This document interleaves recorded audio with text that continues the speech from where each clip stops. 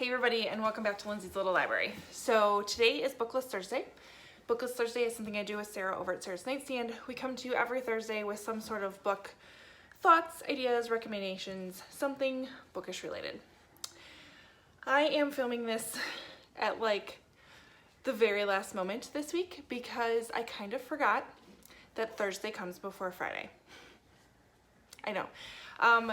Friday I have off of work, and so I was planning on doing a bunch of filming, and so I was like, oh, I can get all my BookList Thursdays done and be good to go, and forgot that I didn't do this one yet. So lighting is not great.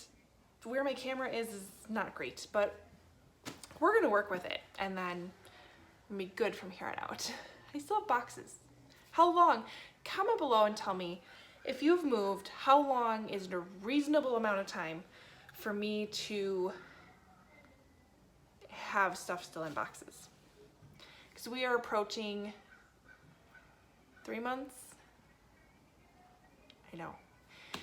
Anyways, comment below. Let's talk about that because I'm starting to feel bad. But I have books here for our theme. Today's theme for BookList Thursday is, well, it's kind of the kickoff to autumn, the kickoff to fall. Fall started, was it this Monday was the first day of fall?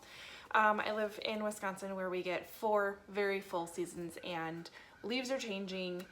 It smells glorious outside. It's getting cooler. Like I had to turn the heat on in my car the other day. So we're definitely into fall. So today's theme is books with leaves on the covers.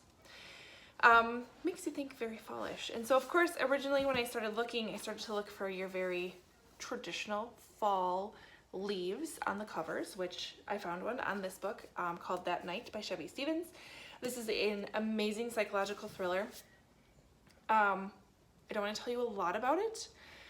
I have to remember because I just read it. What was this about? Oh, that's right. Okay, Toni Murphy. This has dual timelines, dual time perspectives, where she spent some time in prison for a murder that she claims she did not do. There's the short and sweet version, but it's so good. So then as I was looking for leaves, I kind of found leaves on a lot of different books that I wasn't necessarily drawn to. So one of them is Breaking Silence by Linda Castillo. This is the second book in her series that follows, is she a detective? Is she police chief? What is she? What is she? It doesn't say on the back. Doesn't say, but she's either a detective or the police chief in a Amish community, a community that she actually used to be a part of as Amish, and obviously decided to leave that and became this now police chief, I think police chief, for that community. Maybe detective, I don't know. All I know is they're fantastic, and this is the second book. I need to get on it because they're good. The next one I have is the Continually Secret. This is by Hazel Gaynor. Leaves all right up in there, super pretty. Isn't this like, I don't know, this makes me feel like this should be fallish when this is happening.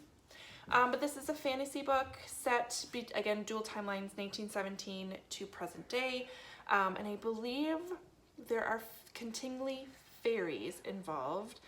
That legend has it these fairies existed.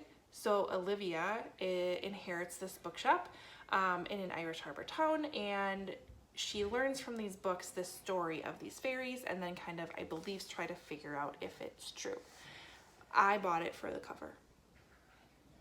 Yeah, it's gorgeous. Next one I have is The Time Traveler's Wife by Audrey Niffenegger. There's some leaves in the background down here.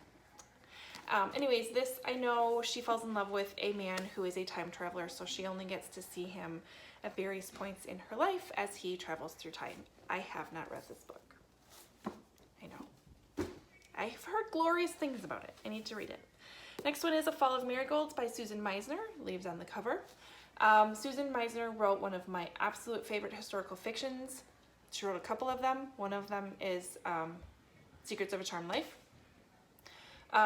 So I will read anything that she writes, so I really don't even know what this is about. But on the back it says, We have September 1911 and September 2011, obviously dual time perspectives, all centered around New York. So we must have someone who immigrates to New York, maybe?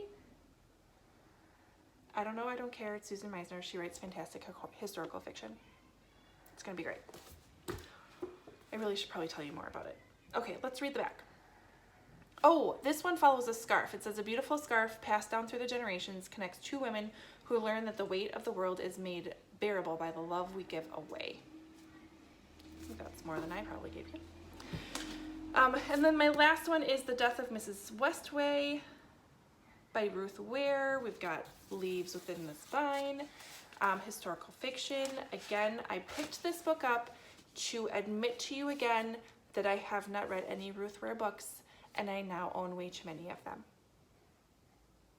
So maybe I need to do a little video in the future that just talks about all the Ruth Ware books I'm gonna read. Maybe I need to have like a Ruth Ware month. I don't know. But this is something about a mysterious letter arrives to Harriet, kind of telling her she's inherited a house from someone she didn't even realize she was related to, I believe. So I'm not totally sure. I don't like to read a lot of them. I just know there's an inheritance involved and some mystery. So there's my Ruth Ware book. So those are my books that have leaves on the covers. I like prompts like this because it doesn't necessarily lead me to one genre over another. I got to look through a lot of different books. So it was fun to kind of find these little gems that I haven't touched yet, except for the one. Anyways, leave a comment below, help me with my moving boxes, and let me know if there's any books out there that you kind of forget about after a while and maybe need a reminder that it's there from a fun little prompt about this. So comment below, like, subscribe, and hop over to Sarah's channel and check out what she has today to share with us with her books with leaves on the covers. Of course, I'm always excited to go check that out. Otherwise, I will see you soon. See ya. Bye.